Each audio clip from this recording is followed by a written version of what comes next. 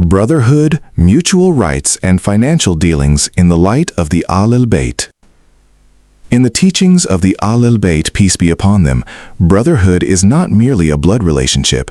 It is a bond founded upon faith, justice, mercy, honesty, and mutual support.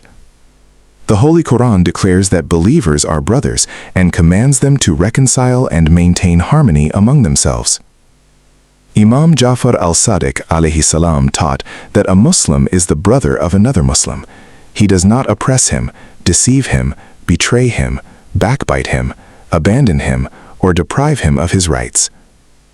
Imam Ali alayhi salam emphasized that true brotherhood survives through fairness, generosity, and mutual support.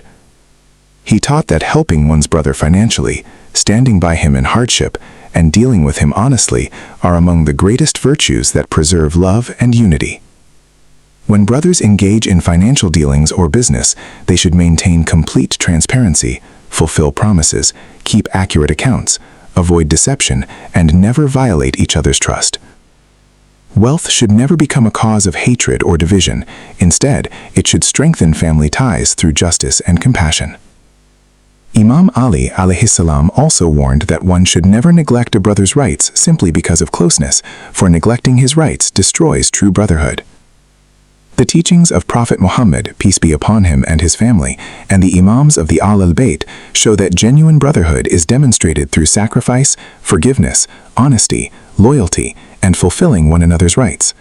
A brother rejoices in his brother's success, protects his honor in his absence, assists him during hardship, and remains sincere for the sake of Allah alone. Such brotherhood brings blessings in this world and earns Allah's pleasure in the hereafter.